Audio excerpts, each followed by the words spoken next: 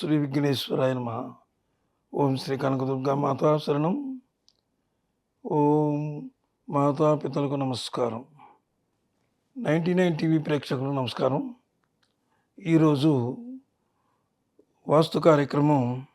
ఈ వాస్తు కార్యక్రమం ప్రతి వారం కూడా శనివారం, ఆదివారాల్లో ఉదయం 6:30 గంటలకు వస్తుంది. అది తప్పకుండా చూసి మీ సందేహాలు నివృత్తి చేసుకోండి. అలాగే ఈరోజు మన సబ్జెక్ట్ ఏమిటంటే, ఇది చాలామంది అడుగుతున్న విషయం. ఇది పక్క ఇంటి వాస్తు వల్ల మనకేమైనా ప్రమాదమా అని అడుగుతున్నారు. అలాగే ఒక ఆయన కూడా పక్కింటి వాస్తు గురించి మాకు ఇబ్బంది అయిందని కూడా వచ్చి చెప్పడం జరిగింది. అయితే పక్కింటి వాస్తు వల్ల మనకు ప్రమాదాలు అంటే అనేక రకాలు ఉన్నాయి, ఒక్క రకంగా కాదు. కొంతమంది ఏం చేస్తారంటే, ఈ ఖాళీ స్థలాలు ఉంటాయి కదా, ఆ ఖాళీ స్థలాల్లో ఇల్లు కట్టుకుంటారు. మామూలుగా కట్టేసుకుంటారు, వాళ్ళ ప్లేస్లో వాళ్ళు కట్టేసుకుంటారు. అయితే ఆ తర్వాత జనరేషన్ పెరిగినప్పుడు ఆ చుట్టుపక్కల అన్ని ఇల్లు వచ్చేస్తుంటాయి. చుట్టుపక్కల వచ్చిన ఇల్లు వాళ్ళు ఏం చేస్తుంటారంటే, కొంచెం ఎత్తులో కడుతుంటారు. ఇప్పుడు ఒక ఇల్లు ఉంది, ఆ ఇల్లుకి దక్షిణం వైపుకు ఒక ఇల్లు ఉంది, కట్టారు అనుకుందాం. దక్షిణం వైపుకి కొంచెం బేస్మెంట్ కూడా ఎత్తులో వేసి కడితే మీ మీ ఇంటికి ఏం ప్రమాదం లేదు, దక్షిణంలో ఎత్తుంటే. అలాగే పడమరలో కూడా అలాగే మీ బేస్మెంట్ కంటే ఎత్తు కట్టి ఆ ఇల్లు నిర్మాణం చేసుకుంటే అది కూడా మీకు అంత ప్రమాదం లేదు. ఇదంతా ఎక్కడొస్తుందంటే, కొంతమంది మీకు ఉత్తరంలో కడతారు. మీకు ఉత్తరంలో కట్టినప్పుడు ఏం జరుగుతుందంటే, వాళ్ళు కూడా కొంచెం హైట్లోనే కడతారనమాట. వాళ్ళు ఎప్పుడైతే హైట్లో కట్టారో అది మీ ఇంటికి ఉత్తరం హైట్ అవుతుంది. అంటే మీకు ప్రహరీ గోడ ఉన్నప్పటికీ కూడా నిర్మాణపరంగా అది ఎత్తుగానే ఉంటుంది మీకంటే. ఎందుకంటే బేస్మెంట్ ఎత్తులు అయిపోయారు కాబట్టి అది ఒక రకమైన ప్రమాదం. అలాగే ఉత్తర ఈశాన్యం వరకు ఆ ఇల్లు ఉంటుంది కదా, ఉత్తరంలో కట్టిన ఇల్లు ఉత్తర ఈశాన్యం వరకునే ఉంటుంది. దాని గురించి మనం ఏం చేయలేం, ఎందుకంటే ఆల్రెడీ మనం ముందు కట్టేసుకుని ఉన్నాం. దీన్ని పడగొట్టి మళ్ళీ లేపాలంటే లేపలేం. తర్వాత కట్టే వాళ్ళు ఏం చేస్తారంటే, ముందు చూపు కోసం కొంచెం హైట్లో కట్టుకుంటారు. అది ఎలా ఉండగా తూర్పున ఉన్న వాళ్ళు కూడా అదే రకంగా హైట్లో కట్టి, అంటే 4 పక్కల మూసేస్తే మీకు దారి ఉండాలి కదా, మీ దారి ఏదో మీకు వదిలేసి తూర్పును కూడా వాళ్ళు కట్టుకోవడం జరుగుతుంది. అయితే ఇప్పుడు ఈ ఈ విధంగా వాళ్ళు కట్టుకోవడం వల్ల ఏమవుతుందంటే, దక్షిణంలో అంటే మీరు ఆగ్నేయం, నైరుతి, వాయువు, ఈశాన్యం, మీరు ఈశాన్యంలో చక్కగా మీరు ఖాళీ అది వదిలిపెట్టి, అంటే మీ ఇంటి లోపల ఖాళీ వదిలిపెట్టి మీరు కట్టుకున్నారు. ఉత్తరంలో కట్టిన వాళ్ళు ఏం చేస్తున్నారు, వాళ్ళకి ఇది ఆగ్నేయమే కదా, ఆగ్నేయం, నైరుతి, వాయువు, ఈశాన్యం. అంటే ఈ ఆగ్నేయంలో ఏదైనా నిర్మాణం అంటే ఆగ్నేయంలో బాత్రూమ్లు కట్టడం కానీ, లేకపోతే ఇంకోటి ఏమైనా చేయడం కానీ, లేకపోతే మెట్లు కట్టుకోవడం కానీ, ఇలాంటివన్నీ ఉంటాయి. కాబట్టి మీ ఇంటికి ఈశాన్యం బరువు అవుతుంది. వాళ్ళు బేస్మెంట్ ఎత్తులో కడతారు, ప్లస్ అక్కడి నుంచి మళ్ళీ ఇల్లు కూడా పైన బాత్రూమ్ అని అది టాయిలెట్ అయి కట్టుకుంటారు. అంచేత ఇది ఈశాన్యంలో, మీ ఇంటికి ఈశాన్యంలో ఈ హైట్ అయిపోయింది, అది మీకు చాలా ప్రమాదం. అలాగే తూర్పులో కట్టేవాళ్ళు ఏం చేస్తారు, మీకు ఇక్కడే ఒక విషయం గమనించాలి. తూర్పులో కట్టేటప్పుడు మీకు ఏ విధమైనటువంటి దారి ఉందో అటు, ఇంతకుముందు ఏ దారి నుంచి వెళ్తున్నారో చూసుకోవాలి. ఈశాన్యంలోంచి వెళ్ళినట్లయితే పర్వాలేదు, కొంచెం ఖాళీ ఉంటుంది, వెళ్ళొచ్చు. అదే ఈశాన్యంలో మీకు మీకు ఏమాత్రం స్థలం లేకుండా, అలాగే ఆగ్నేయంలో ఉందనుకోండి, వాళ్ళు ఇల్లు కట్టుకెళ్ళిపోతారు. ఆగ్నేయం అక్కడ కొంచెం వదిలేస్తారనమాట, మీకు ఖాళీ ఉంది కాబట్టి, మీ స్థలం ఉంది కాబట్టి. అప్పుడు మీకు ఆగ్నేయం నడక అవుతుంది. ఈ ఆగ్నేయం నడక వల్ల అసలు ఇంట్లో చాలా ప్రమాదాలు జరుగుతాయి అన్నమాట. ఇంట్లో రెండవ సంతానానికి చాలా ఇబ్బంది. అలాగే భార్యాభర్తలకి అనేక రకమైనటువంటి చికాకులు, గొడవలు, చాలా ఒక రకమైనటువంటి ఇబ్బంది కాదు. ఇంట్లో చోరభయం, అలాగే అగ్ని ప్రమాదాలు, ఆగ్నేయం నుంచి ఎప్పుడైతే మీరు నడక మొదలుపెట్టారో చాలా ప్రమాదకరమైనటువంటి వాస్తు దోషాలు మీకు కలుగుతాయన్నమాట. సరే, అది అలా ఉంచుదాం. పోనీ మీకు ఆగ్నేయంలో లేదు, ఈశాన్యంలోనే ఉందనుకుందాం. ఈశాన్యంలోనే ఉన్నప్పుడు ఆగ్నేయం మూసేశారు, పర్వాలేదు. ఈశాన్యం తెరిపింది కదా, అక్కడి నుంచి డోర్ పెట్టుకుని నడుస్తున్నారు. అయితే మీ ఎదురుగుండా కట్టిన వాళ్ళ ఇల్లు ఎలా కట్టారో చూసుకోవాలి. వాళ్ళు మీ స్థలం నుంచి దగ్గరగానే కట్టేశారా? మీకు కొంచెం ఇంత స్థలం వదిలికి దగ్గరగా కట్టారా? లేకపోతే మరి కొంచెం దూరంలో కట్టుకున్నారా అనేది మనకి ముఖ్యంగా మనం చూడాలి. కొంచెం దూరంలో కట్టుకున్నారనుకోండి, మీకేం పర్వాలేదు, ఈశాన్యం నుంచి నడవచ్చు, అలాగే మీరు రోడ్డు మీదకి వెళ్ళిపోవచ్చు. అంటే మీకు అక్కడ రోడ్డు దారి అటు ఉందా అనేది, ఈశాన్యంలో వెళ్ళిన తర్వాత మీరు ఆగ్నేయంలోకి వెళ్ళినా కానీ అటు ఉత్తరానికి వెళ్ళినా కానీ ఏం పర్వాలేదు.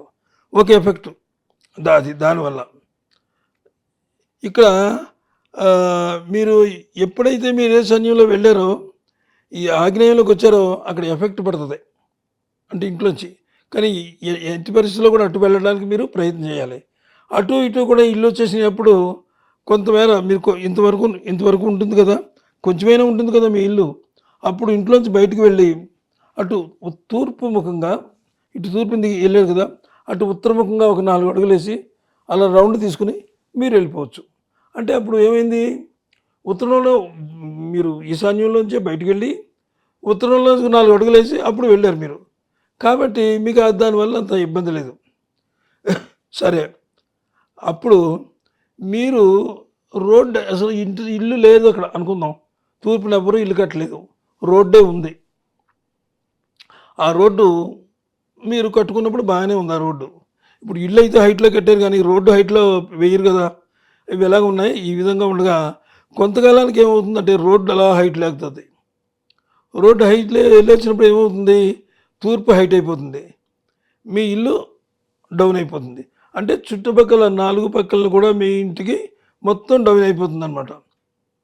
అంచేది ఇంతకీ నేను చెప్పొచ్చేది ఏమిటంటే, ఎప్పుడు ఇల్లు కట్టినా బేస్మెంట్ కొంచెం హైట్ వేసుకుని కట్టుకోండి. పక్క వాళ్ళ ఇబ్బందులు, పక్క వాళ్ళ ప్రాబ్లమ్స్ ఏమన్నా ఉన్నా, వాళ్ళ యొక్క వాస్తు దోషాలున్నా మనకు తగలకుండా ఉంటాయి. సరే, అయితే కొంతమంది ఏమడుగుతున్నారంటే రోడ్డు గురించి అడుగుతున్నారు.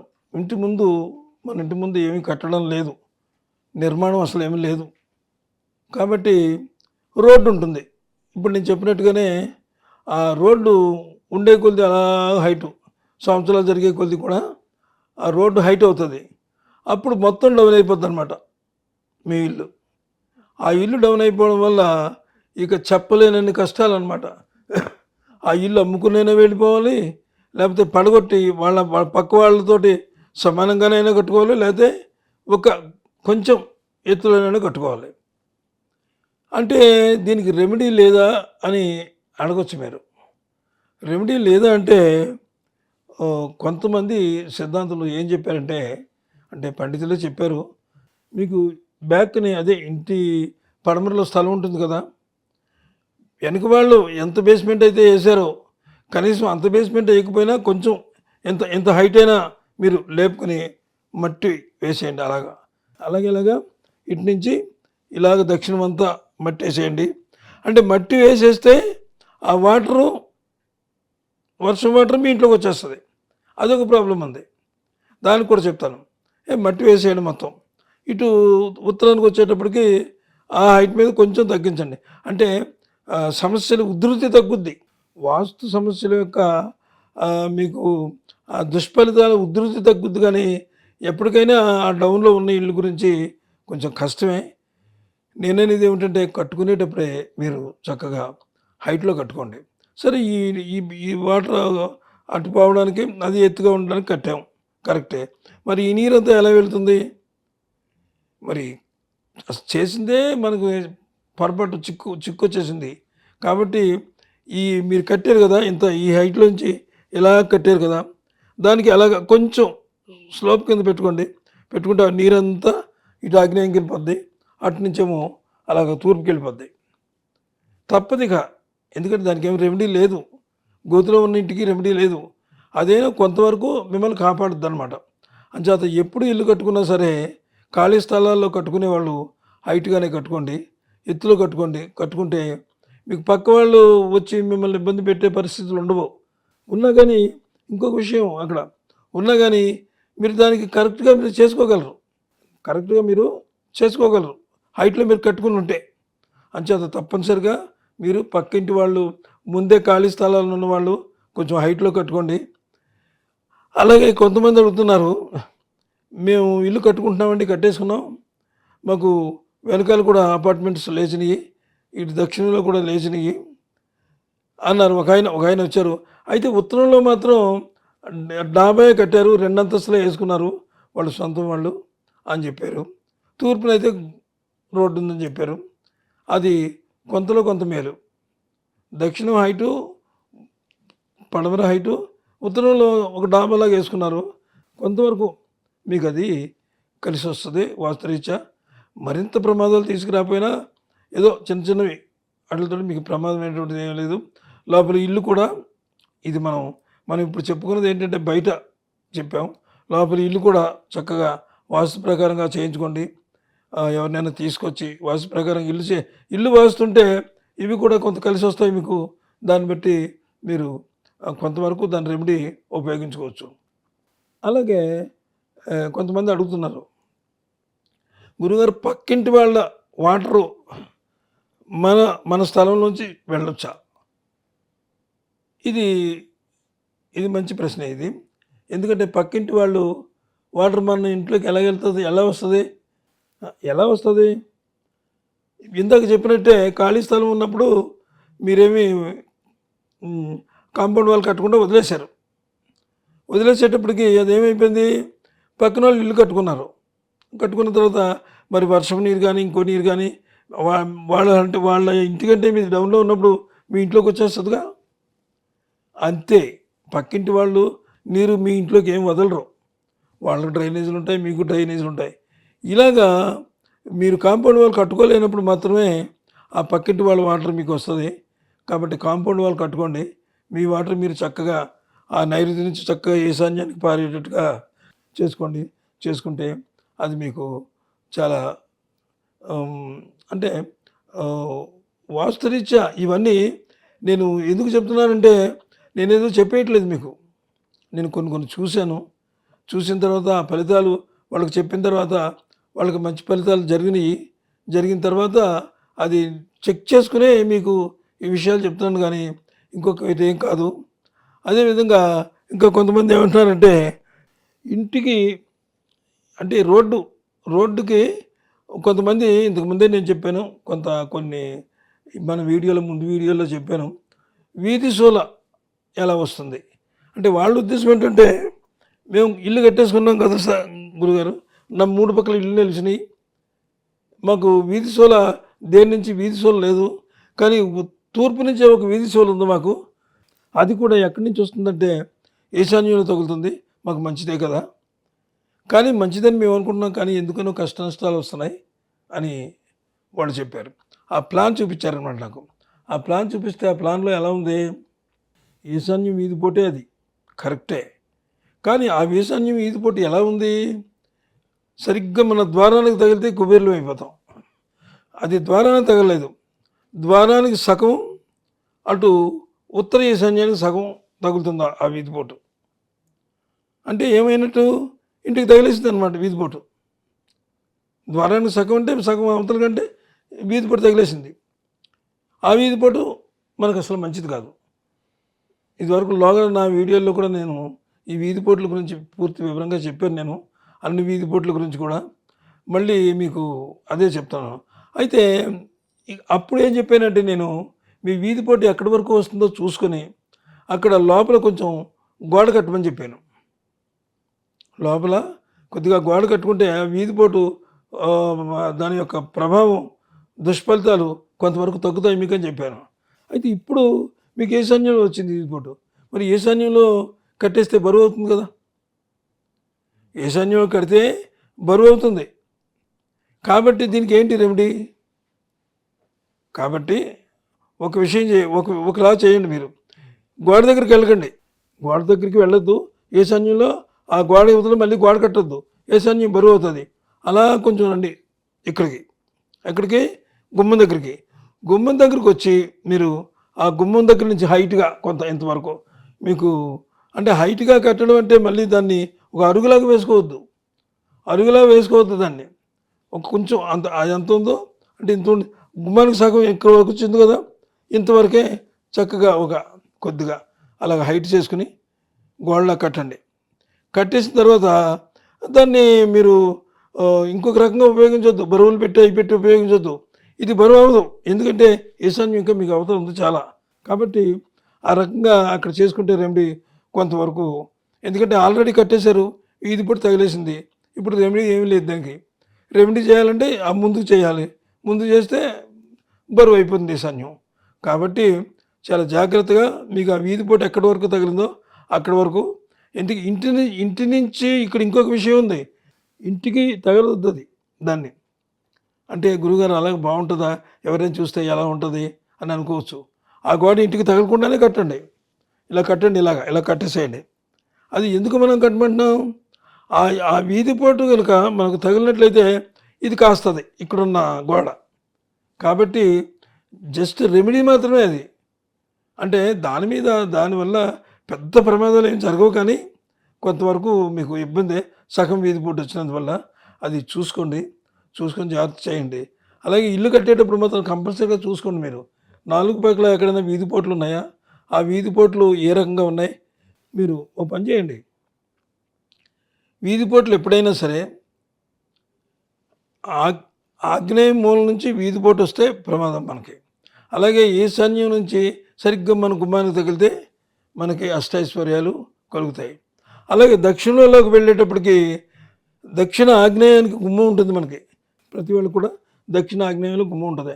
దక్షిణ ఆగ్నేయం నుంచి ఆ గుమ్మానికి కనుక వీధి పోటు తగిలినట్లయితే అది చాలా బాగుంటుందన్నమాట. అసలు ఇంట్లో ఉన్న వాళ్ళందరూ సుఖ సంతోషాలతో ఉంటారు. అలాగే ఇక్కడ ఆగ్నేయ వీధి పోటు అనేటప్పటికీ దానికి అంటే ఒక సిస్టమ్ ఉంది అక్కడ. ఆ వీధి పోటుకి ఒక అద్భుతమైనటువంటి ఫలితాలను ఇస్తుంది ఆ వీధి పోటు. దక్షిణాగ్నేయ వీధి పోటు.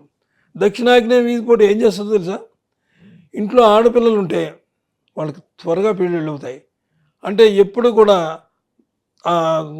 గంటలు అంటే శబ్దాలు అంటే దేవుడి యొక్క పూజలు కానీ లేకపోతే కళ్యాణ గడియలు కానీ కళ్యాణానికి సంబంధించినటువంటి అన్నీ కూడా మంగళ వాయిద్యాలన్నీ అక్కడ జరుగుతాయి.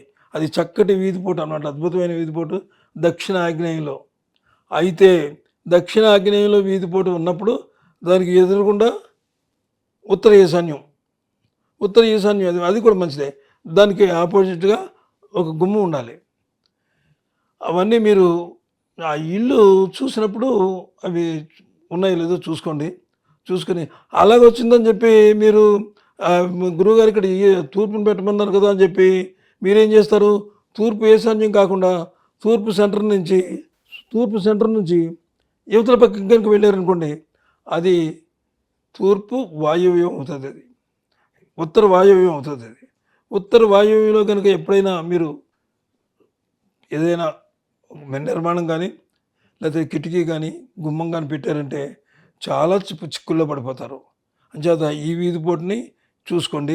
అలాగే మీకు నైరుతి వీధిపోటు కానీ దక్షిణ నైరుతి కానీ పడమర నైరుతి కానీ వీధిపోట్లు చాలా ప్రమాదం.